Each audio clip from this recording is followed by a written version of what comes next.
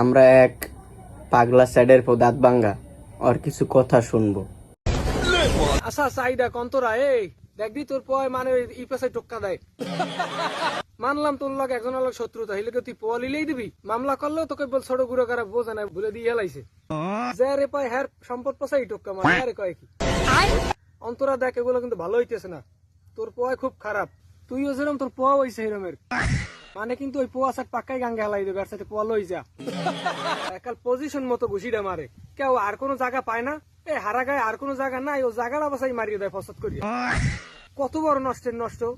অন্তরা দেখ মানুষের লাগে তোর লাগে শত্রুতা ঠিক আছে, হেলে তুই পোয়া লিলেই দিবি। তোমার পোয়া কিন্তু অন্যের হক নষ্ট করে এই বুঝছো, কিন্তু আল্লাহ মাফ করবে না। কে ভাইয়া অন্তরের কাছে তোমার কি হর্স?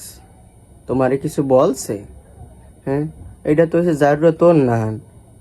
হ্যাঁ ওই তুই যেরকম মানুষের হোকায় আঙ্গুল দাও, এইটাও মনে কর যে মানুষের হোলবালায় ঘুষি মারে, একদম তোর চেহারার লগে মিল খায়। তুই যেরকম তোর ছাউডা হয়েছে এরকম। হ্যাঁ তো এরকম ছাউডা কেমনে বানাইলি?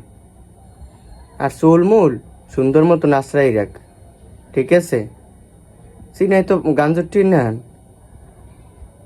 গাঞ্জুটির মতন চিনাই তোরে।